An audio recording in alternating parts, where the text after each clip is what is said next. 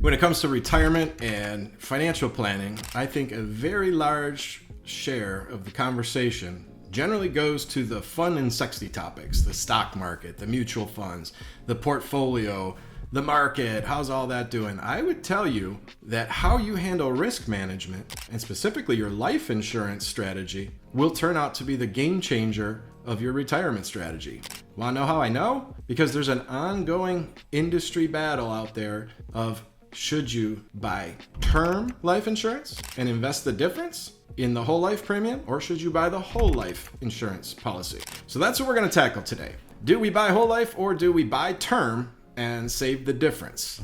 I'm Mark Tomei. I'm with Hindsight Financial, and for over 20 years I've been helping people make retirement and financial decisions, and today's a big one. So let's jump in. I'm going to bring us up and we're going to answer these questions. And really the question comes down to, do you think you can beat the insurance company at their own game? The insurance industry is actually one of the largest providers of retirement benefits, even larger than Social Security. So I think this is an important topic. And when it comes to the products out there, everybody has an opinion. But the most common opinions are, do not buy whole life insurance. It's a waste. It's expensive. It's trash value life insurance. It's no good. Dave Ramsey will tell you, never buy whole life insurance. Always buy cheap term and invest the difference. So let's take a look. Let's take a look at how that works. I'm going to bring up the contest here. And I'm using a 45-year-old male, best health rating. So we got a healthy, young, active person preparing for retirement. We're looking at the 20-year time frame, 45 to age 65 and the start of retirement. And to make things equal, we're going to give each a $20,000 budget to prepare for retirement. And we're going to compare $1 million of term on a 20-year policy to a $1 million whole life policy. And this is going to hopefully give you some aha moments about maybe why you hear some of the things you hear out there. So how do we do the first one? Invest the difference. Well, I'm going to point you out a couple things that I think are relevant. First of all, the term is here. So $1 million term policy for a 45-year-old can be bought out there for about $1,000 a year. You could probably find them even a lot cheaper. This is actually a good quality convertible term policy that you can convert to whole life. So it's a higher end term policy, but $1,000 is the rate that I'm using. So you can kind of see down this column in the center here, we've got our annual term costs coming out of our budget. So we have a $20,000 budget, and we are going to invest that in the S&P 500 or the stock market. So along the left side, you can see the different years of the stock market along with the balance and the rate of return. So each year, the market does its thing, and we have very, very short memories. So if we've just had a good year and we've made good money, so in 1999, 21%, a lot of people were walking around thinking that they were really good at managing money, and you know, this stuff's an easy game. We'll just keep making great money. But then we had 3 down years in a row, and that took somebody to an emotional place that maybe they weren't ready for. So not everybody stays with the strategy when the bad times come, but this guy did the right thing and he stuck with it. It's time in the market, not timing the market, everybody always says. So let's see how that turns out. Each year I take out the term cost, I take out the fees of the money management. I used a 1% cost to manage the portfolio. And then the annual tax on the portfolio itself. And the opportunity cost is the total amount of money that could have gone somewhere else. So in this case, it's the term premium. The balance on the right, let's see how they did over the 20 years. At the end of 20 years, this person's 20-year, $1 million term policy expired. And their savings or their investments in the market grew to $817,381, which is an enormous pile of money. It'd be a great feeling to see that money grow to $817,000. So then the question becomes, if I was putting the $20,000 per year into the whole life $1 million policy, how would that shake out? So let's take a look. Here's a ledger of the whole life policy showing you the total premiums paid in, the dividends paid to you as a policyholder, your $20,000 a year premium outlay, the cumulative outlay. So this keeps track of how much money you've sent the insurance company, There's a cash value inherent to this policy. And I should say, I didn't make any adjustments to this policy to inflate or improve the cash value one way or the other. This is a straight base whole life contract, $20,000 into the base premium. And how does this turn out? So at the end of the 20 years, when the term policy blew up and we had $817,000 in savings, my whole life client now has $1.4 million of death benefit. So this is what would take care of his family tax-free if he met his maker that day. So how does those two things compare? Would you rather have a contract worth $1.4 million or a portfolio worth $817,000? So that's an easy answer, but it's not all of the detail. Let's dive in a little bit further. And one point I want to make while we're doing this is I want you to note the cash on cash returns that you get from a whole life policy that you don't get from the market or portfolio type accounts. Let's look at what Lift is. Lift is at this point in our game when we're age 65. I'm just going to say, we'll look at these numbers here on the age 65. And I want you to look at, I put $20,000 into the policy that year. The change in policy cash value when I did so was $48,829. That's a 244% return cash on cash. I gave you 20, my cash value increased by 48. Another point I want to make to you is this is a momentum product. This gets better each and every year. This is not true of the market. The market goes up and down, it zigs and it zags, and you have zero control over when that happens. The whole life policy, by contrast, is a compounding vehicle. It gets better every year that you own it. So my $20,000 increasing my cash value by $48,000, well, the next year it increases my cash value by $51,000.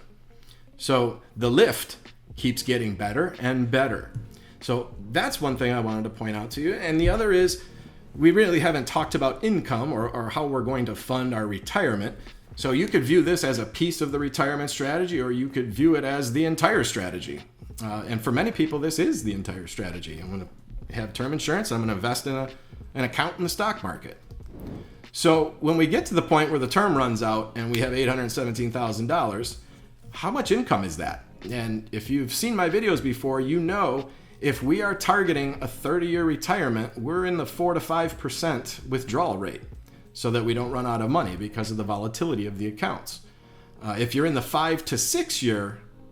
20-year retirement, now you're in the 5 to 6 year withdrawal rate. So either way we put this, the person whose term insurance ran out is looking at about $42,000 of income off of that 817. Off of this insurance policy, and I don't have this covered in this video. We're going to expand on this, and if you want to hear more about this, I'll cover it in a second video on this topic. But this policy would produce $53,000 of net tax-free cash flow in retirement. So I've built it for all of this time. Now, when I get to age 65, I've got some choices. I can continue to fund it, which was not true of the term policy that expired. I could tell the insurance company, hey, I don't want to have this go any further. I want to have it reduced to what I've paid in only. It's called reduced paid up, or RPU. I could tell the insurance company, hey, I want to be done. I don't want to have any more premiums. I don't want to put any more money in. Just take me to where I can reduce this thing and be done with it. So then you would have a standalone asset that is complete and has a death benefit and has cash value. The other thing you can do is you can start pulling income from this policy. And the way we can do that is either through withdrawing cash from the policy or borrowing money against the death benefit. And the latter has been the better choice over the last 10 years or so because of interest rates. But that's always a decision that can be made at game time, but depending on how the market's behaving and the conditions at the time. But in this scenario, this whole life policy will produce substantially more cash flow than the poor fella who got the S&P 500 portfolio and the term policy. So this hopefully will explain that term life insurance is actually one of the most expensive ways to buy your insurance.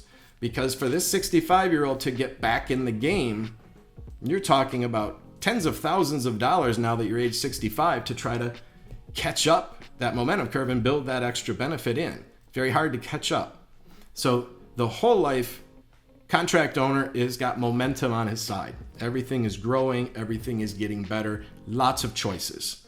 The person who had the term policy is expired. You have to go back through if you want to buy new coverage, or you're going to face ever increasing rates that'll price you out of the game pretty quickly. And one of the beauties of whole life is its cost of insurance and its premium is guaranteed for life from the onset. Now, guys, this is something that is very difficult to internalize as young, healthy people. My company's name is Hindsight Financial, and that's because I live and breathe the world of the 65 to 75-year-old, helping them through the mistakes they've made building their retirement. And I would tell you, by and large, systemically, I think as a society, we're getting this wrong.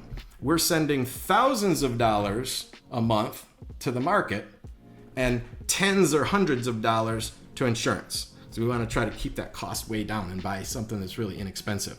And that's kind of like buying the cheap bike. You buy a cheap bike, you're going to replace it 2, 3, 4, 5 times. You could have just bought a nice bike and had the thing forever. Kind of the same concept here. The whole life contract, the longer you own it, the more you'll love it. The term life contract, you're playing a game against time. You have a deadline that the coverage runs out, and you hope that you don't run out. So I think we're playing this one wrong. If you would simply invert the dollars that are going to retirement accounts and the dollars that are going to term insurance, and you switch them. Now we're going to send the big dollars to the insurance contract, and we're going to send the little dollars to the insurance or whatever is left over. But by doing this, by where you put your treasure is more important than the rate of return it earns, I challenge you to learn, if you were to take your 401k contribution or your retirement savings contribution and instead park that inside of a whole life contract first.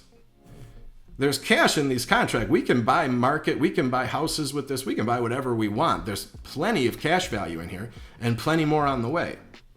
And it's all tax-free. So I'm not sure if all of the advertising money and all the pressures from the big money companies attracting consumer dollars is probably the reason. But as I said, challenge yourself. Let's find out, what would your retirement income look like if you were to switch those dollars around of your contribution and fund a properly designed whole life contract with the bulk of it, and then savings and extra term insurance with the little piece of it. I am confident you will be happy with those results. If you want to learn more, please subscribe to my channel, hit that like bell, share this with everybody, and leave me a comment. Are you interested in knowing something different? I'd love to hear from you. So you guys have a great week. Get out there and find out about this information. It's important stuff. Take care.